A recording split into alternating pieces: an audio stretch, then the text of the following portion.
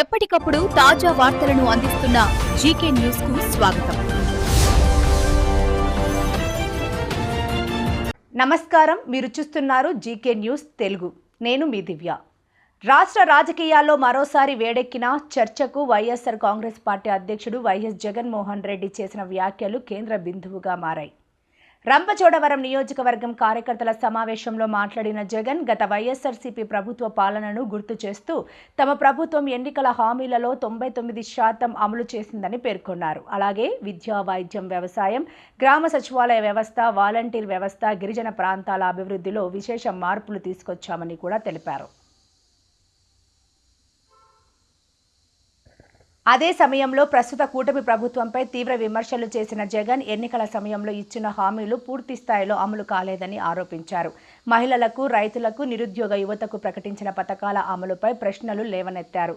రాష్ట్రంలో ప్రస్తుతం ప్రజల మధ్య ప్రభుత్వ పనితీరు, ఎన్నికల హామీలు, సంక్షేమం పథకాలు అమలుపై విస్తృత చర్చ జరుగుతోందని ఆయన అన్నారు. రానున్న రోజుల్లో పార్టీని మరింత బలోపేతం చేసి ప్రజా సమస్యలపై పోరాటాన్ని కొనసాగిస్తామని కార్యకర్తలకు పిలుపునిచ్చారు. మరోవైపు జగన్ చేసిన వ్యాఖ్యలపై అధికార కూటమి నేతలు ఎలా స్పందిస్తున్నారన్నది రాజకీయ వర్గాల్లో ఆసక్తికరంగా మారింది. రంపచోడవరం నియోజకవర్గం నుంచి వచ్చిన నా ఆత్మీయులందరికీ కూడా ఈరోజు వెల్కమ్ చెప్తా ఉన్నా. ఈరోజు రాష్ట్రంలో ఉన్న ప్రత్యేక పరిస్థితులు ఎలా ఉన్నాయో అన్నది నాకన్నా కూడా మీలో ఎవరికి మైక్ ఇచ్చినా కూడా నాకన్నా చక్కగా చెప్పగలుగుతారు. చూస్తా కళ్ళు మూసుకొని కళ్ళు తెరిచేసరికి 2 ఏళ్ళు అయిపోయింది.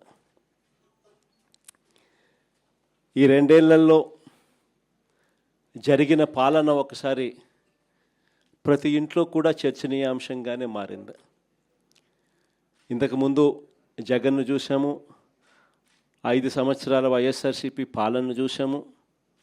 ఇప్పుడు మళ్ళీ చంద్రబాబు నాయుడు గారి పాలన కూడా ఈ 2 సంవత్సరాలుగా చూస్తూనే ఉన్నాము. తేడా ఏమిటి అన్నది ఈరోజు ప్రతి ఇంట్లో కూడా నిజంగానే చర్చనీయాంశంగానే జరిగింది. ఈరోజుకి కూడా నేను చెప్తా ఉన్నా, మన 5 సంవత్సరాల పాలనలో గర్వంగా కూడా నేను చెప్పగలుగుతా, ఎప్పుడూ కూడా చూడని విధంగా, ఎప్పుడూ జరగని విధంగా పాలన అనేది వైఎస్ఆర్సీపీ ప్రభుత్వ హయాంలో మనం అందించగలిగినాము అని గర్వంగా కూడా చెప్పగలుగుతాం. మేనిఫెస్టో అని చెప్తూ దీంట్లో ప్రజలకి ఇది చేస్తాము, అది చేస్తాము, ఇది చేస్తాము అని చెప్పి ఎన్నికలప్పుడు మాట చెప్పిన తర్వాత మనము రానంత వరకు ఎన్నికల మేనిఫెస్టో ఎప్పుడు ఎన్నికలు అయిపోయిన తర్వాత చెత్తబుట్టలో పడేసేవాళ్ళు. అట్లాంటిది మొట్టమొదటిసారిగా ఎన్నికలప్పుడు మేనిఫెస్టో అంటూ ఒక మాట ఇస్తే ఆ మాట మీద నిలబడాలని, ఆ మేనిఫెస్టోను ఒక భగవద్గీత గాను, ఒక బైబిల్ గాను, ఒక ఖురాన్ గాను భావించి ఇంప్లిమెంట్ చేసి 99% హామీలను అమలు చేసిన పార్టీ ఏదైనా ఈ రాష్ట్రంలో కానీ దేశంలో కానీ ఎక్కడైనా ఉంది అని అంటే అది ఒక వైఎస్ఆర్సీపీ పార్టీనే అని చెప్పి గర్వంగా కూడా చెప్పగలుగుతాం. మేనిఫెస్టో అన్నది ఆ మాదిరిగా క్రమం తప్పకుండా బడ్జెట్ సమావేశాలు పెట్టేటప్పుడే ఏ పథకం ఏ నెలలో ఇస్తాము అని చెప్పి కూడా క్రమం తప్పకుండా మళ్ళీ అది అమలు చేసిన పార్టీ కూడా ఎక్కడైనా దేశంలో ఉంది అని అంటే అది కూడా ఒక వైఎస్ఆర్సీపీ ప్రభుత్వం మాత్రమే. అంతగా ఏకంగా ఎప్పుడు కని విని ఎరగని విధంగా పరిపాలనలో మార్పులు కూడా తీసుకొచ్చు. మనం రాకమునుపు స్కూళ్ళు ఎలా ఉండేటివి, మనం వచ్చిన తర్వాత స్కూళ్ళు ఎలా మారాయి అన్నదానికి మీలో ఎవరికి మైక్ ఇచ్చినా కూడా నాకన్నా చక్కగా చెప్పగలుగుతారు. మనం రాకమునుపు హాస్పిటల్లో ఆరోగ్యశ్రీ పరిస్థితి ఎలా ఉండేది, మనం వచ్చిన తర్వాత హాస్పిటల్లో ఆరోగ్యశ్రీ పరిస్థితి ఎలా మెరుగైంది అన్నది నాకన్నా బాగా మీలో ఎవరికి మైక్ ఇచ్చినా కూడా నాకన్నా బాగా చెప్పగలుగుతారు. మనం రాకమునుపు వ్యవసాయం అన్నది రైతు ఎన్నెన్ని ఇబ్బందులు పడుతూ ఉన్నారు, మనం వచ్చిన తర్వాత రైతు ఏ విధంగా బాగుపడ్డాడు అన్నది నాకన్నా బాగా మీలో ఎవరికి మైక్ ఇచ్చినా కూడా చక్కగా చెప్పగలుగుతారు. మనం రాకమునుపు గ్రామ స్థాయిలో పరిపాలన అన్నది అందక, ఇంటికే వచ్చే పరిపాలనకైతే దేవుడెరుగు, పరిపాలనలో అందక, ఏ పథకము అందక ఎన్నెన్ని అవస్థలు పడాల్సిన పరిస్థితి, ఎవరెవరికి ఎంతెంత డబ్బులు ఇచ్చుకుంటే తప్పనిచ్చి పథకాలు అందని పరిస్థితి అన్నది ప్రతి ఒక్కరికి తెలిసిన పరిస్థితి నుంచి మన వైఎస్ఆర్సీపీ ప్రభుత్వం అధికారంలోకి వచ్చిన తర్వాత పాలన ఎలా మారింది, ప్రతి గ్రామంలోనూ సచివాలయాలు ఎలా వచ్చాయి, ప్రతి 50-60 ఇళ్లకు ఒక వాలంటీర్ వ్యవస్థ ఎలా వచ్చింది, పథకాలన్నీ కూడా పారదర్శకంగా ఎలా ఇంటి వద్దకే వచ్చాయి, పాలన అన్నది మన ఇంటి వద్దకు వచ్చి మన తలుపు తట్టి మనల్ని ఏ రకంగా ఆలింగనం చేసుకుంది అన్నది మీలో ఎవరికి మైకి ఇచ్చినా కూడా పరిపాలనలో వైఎస్ఆర్సీపీ ప్రభుత్వ పరిపాలన గురించి నాకన్నా చక్కగా మీరే చెప్పగలుగుతారు. ఇన్నిన్ని గొప్ప గొప్ప మార్పులు తీసుకొని రాగలిగినాం. విద్యారంగం అయితేనేమి, వ్యవసాయ రంగం అయితేనేమి, వైద్య రంగం అయితేనేమి, పాలన ఇంటి వద్దకే తీసుకొచ్చే పరిస్థితులు అయితేనేమి, ఆడవాళ్ళకు భద్రత కల్పించే దిశ యాప్ లాంటిది తీసుకొచ్చి తోడుగా నిలబడ్డం అయితేనేమి, ప్రతి గ్రామంలోనే ఒక మహిళా కానిస్టేబుల్ గ్రామ సచివాలయంలో ఉండడం అయితేనేమి, ఆడవాళ్ళకు భద్రత అయితేనేమి, చివరికి మన గిరిజన ప్రాంతాల అభివృద్ధి అయితేనేమి, ఎప్పుడు చూడని విధంగా గిరిజన ప్రాంతాలకు సంబంధించి కూడా అభివృద్ధి కూడా అదే మాదిరిగా జరిగింది. 3,22,538 ఎకరాలు ROFR DKT భూములు మన హయాంలో పంపిణీ చేశాం. 20,000 మందికి 80,000 ఎకరాలు ROFR పట్టాలు, DKT పట్టాలు కూడా పంపిణీ జరిగింది. రాష్ట్రంలో ఎప్పుడు జరగని విధంగా 17 మెడికల్ కాలేజీలు కన్సీవ్ చేస్తే ఒక్క మన ప్రాంతంలోనే పాడేరులో, పార్వతీపురంలో, ఏజెన్సీ ప్రాంతానికి ముఖద్వారమైన నర్సీపట్నంలో 3 మెడికల్ కాలేజీలు కేవలం మన ట్రైబల్ ప్రాంతాల్లో మన ప్రజలకు మంచి జరగాలని చెప్పి ఆరాటంతో తీసుకురావడం జరిగింది. కురుపంలో ట్రైబల్ ఇంజనీరింగ్ కాలేజ్, సాలూరులో ట్రైబల్ యూనివర్సిటీ, కేవలం మన గిరిజనులు బాగుపడాలి, గిరిజనులు చదువుల్లో మిగతా వారికన్నా కూడా ఇంకా గొప్పగా అడుగులు వేయాలి అన్న ఆరాటం ఎక్కడన్నా కనిపించింది అని అంటే అది ఒక్క వైఎస్ఆర్సీపీ ప్రభుత్వ హయాంలో మాత్రమే కనిపించింది కూడా గర్వంగా చెప్పగలుగుతాం. ఎప్పుడు చూడని విధంగా ITDA పరిధిలో మల్టీ స్పెషాలిటీ హాస్పిటల్స్, సీతంపేట అయితేనేమి, పార్వతీపురం అయితేనేమి, రొంపచోడవరం అయితేనేమి, బుట్టాయిగూడెం అయితేనేమి, దోర్నాల్లో అయితేనేమి 5 మల్టీ స్పెషాలిటీ హాస్పిటళ్ళు ITDA పరిధిలో కూడా శ్రీకారం చుట్టడము, వేగంగా పనులు జరిగించడము జరిగాయి అని అంటే అది ఒక్క వైఎస్ఆర్సీపీ ప్రభుత్వ హయాంలోనే అని గర్వంగా చెప్పగలుగుతాం. నిజంగా ఇవన్నీ కూడా ఒక తపన, ఒక తాపత్రయం. మనుషుల జీవితాలలో వెలుగులు చూడాలి, ప్రాంతాలు బాగుపడాలి, చనిపోయిన తర్వాత కూడా ప్రతి ఇంట్లో నా ఫోటో ఉండాలి అని తపన, తాపత్రయంతో అడుగులు పడ్డాయి.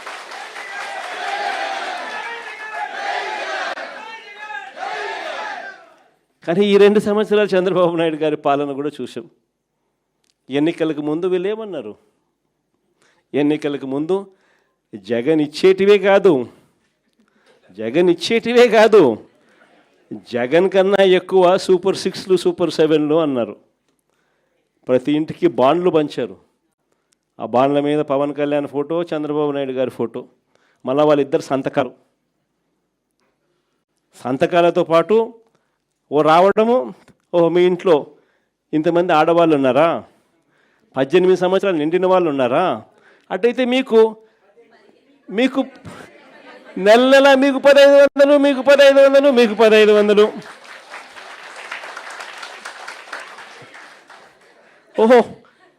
ఓహో, మీ ఇంట్లో 50 ఏళ్ళు నిండిన వాళ్ళు కూడా ఉన్నారా? 50 ఏళ్ళు నిండిన వాళ్ళు కూడా మీ ఇంట్లో ఉన్నారా? అయితే మీకు 48,000, మీకు 48,000, మీకు 48,000, నెల నెల మీకు 4,000, 4,000, 4,000. అంతేనా? అయ్యో, మీ ఇంట్లో 18 ఏళ్ళు నిండిన పిల్లాడు ఉన్నాడా? 19 ఏళ్ళు నిండిన పిల్లాడు ఉన్నాడా? 20 ఏళ్ళు నిండిన పిల్లాడు ఉన్నాడా? ఉంటే నీకు 36,000, నీకు 36,000, నీకు 36,000. అంతటితో ఆగదు. ఓ, మీకు ROFR పట్టాలు ఉన్నాయా? ఓ, మీరు రైతులా? అయితే నీకు 26,000, నీకు 26,000, నీకు 26,000. ఇలా మనం ఏమన్నా చేసేదానికన్నా కూడా మూడింతలు ఎక్కువ. ఈ మాదిరిగా ప్రతి ఇంటికి కూడా వెళ్ళి బాండ్ల రూపంలో బాండ్లు పెట్టి వాళ్ళ మేనిఫెస్టో చూపించి ఈ మాదిరిగా ఒక పద్ధతి ప్రకారం ఎన్నికలు జరిగించారు మోసం చేస్తూ. ఎన్నికలు అయిపోయాయి, 2 సంవత్సరాలు అయిపోయింది. ఈ 2 సంవత్సరాల తర్వాత పరిస్థితి ఏమిటి అని చూస్తే ఈరోజు 18 ఏళ్ళు నిండిన ప్రతి అమ్మాయికి, ప్రతి అక్కకు, ప్రతి చెల్లెమ్మకు నెలకు 1,500 రూపాయలు చొప్పున, సంవత్సరానికి 18,000 చొప్పున, 2 ఏళ్ళకు ఇప్పటికే 36,000 బాకీ. పిల్లలందరికీ నెలకు 3,000 రూపాయలు చొప్పున, సంవత్సరానికి 36,000 చొప్పున, ఈ 2 ఏళ్లలో 72,000 ప్రతి పిల్లాడికి నిరుద్యోగ భృతి కింద బాకీ. 50 ఏళ్ళు నిండిన ప్రతి అక్క చెల్లెమ్మకు ఈ 2 ఏళ్లలో నెలకు 4,000 రూపాయలు చొప్పున, సంవత్సరానికి 48,000 లెక్కన, ఈ 2 ఏళ్లలో 96,000 బాకీ. ఇక అమ్మఒడి గురించి నేను చెప్పాల్సిన పనుల. మొదటి సంవత్సరం ఎగరగొట్టేసినారు, రూపాయిలే. 2వ సంవత్సరం 20 లక్షల మంది పిల్లలకు ఎగరగొట్టేసినారు. మిగిలిన వాళ్లకు కొంతమందికి 9,000, కొంతమందికి 8,000, కొంతమందికి 10,000, కొంతమందికి మాత్రం 13,000. రైతు భరోసా గురించి 2 ఏళ్లలో ఇవ్వాల్సింది పిఎం కిసాన్ కాక 20,000 ఇస్తానని చెప్పి అప్పుడు చెప్పాడు. అన్నదాత సుఖీభవ అని పేరు పెట్టాడు. 2 ఏళ్లలో ఇవ్వాల్సింది 20,000, 20,000, 40,000 అన్నదాత సుఖీభవ కింద. 2 ఏళ్లకు కలిపి ఇచ్చింది కేవలం 14,000, బాకీ 26,000. ఇలా ప్రతి అడుగులోనూ కూడా, గ్యాస్ సిలిండర్ల విషయంలో కూడా ఇప్పటికి గ్యాస్ సిలిండర్లు దాదాపుగా 2 ఏళ్ళకు కలిపి 6 సిలిండర్లు. ఇచ్చింది ఎంత అంటే 2, అది కూడా అందరికీ ఇచ్చింది లేదు. ఈ మాదిరిగా ప్రతి ఇంట్లో కూడా చంద్రబాబు నాయుడు గారికి, ఆ కూటమి ప్రభుత్వానికి ఎందుకు ఓటు వేసాము, జగన్ను ఎందుకు పోగొట్టుకున్నాము, వైఎస్ఆర్ కాంగ్రెస్ పార్టీని ఎందుకు పోగొట్టుకున్నాము అనే చర్చ ఈరోజు ప్రతి ఇంట్లో కూడా సాగుతూ ఉంది. అందుకే చెప్తా ఉన్నా, చూస్తా చూస్తా కన్ను మూసుకొని తెరిచేసరికి 2 ఏళ్ళు అయిపోయింది. దేవుడు దయ వల్ల ఉన్నది ఇంకా 3 ఏళ్ళే. ఆ 3 ఏళ్లలో కూడా ఇంకొకటిన్నర సంవత్సరం కన్నా పోతే నా పాదయాత్ర కూడా స్టార్ట్ అయిపోతుంది.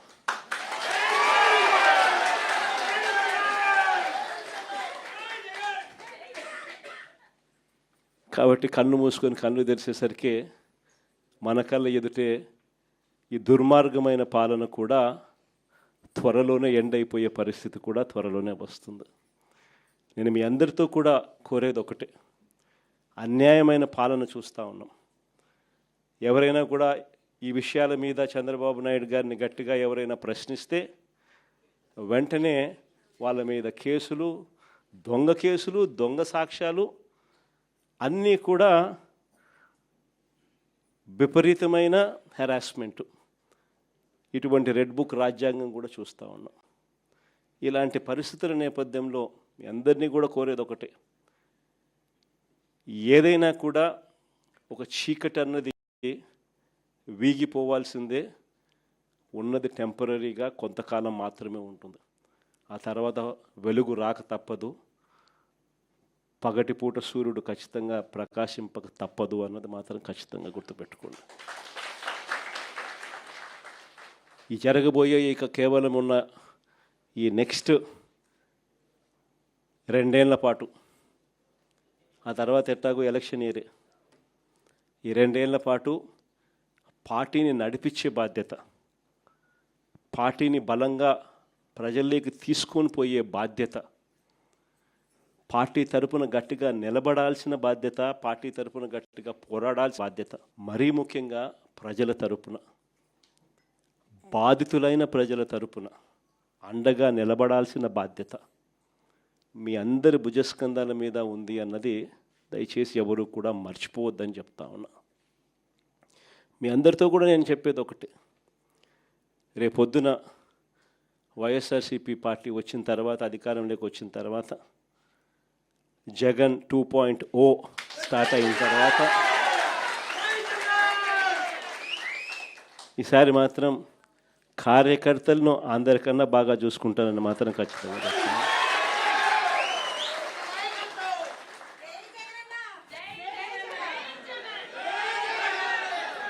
కానీ ఈసారి మాత్రం ప్రతి సంక్షేమ కార్యక్రమం కూడా మీ ఆధ్వర్యంలోనే, మీ చేతులతోనే జరిగిస్తానని కూడా చెప్తాను.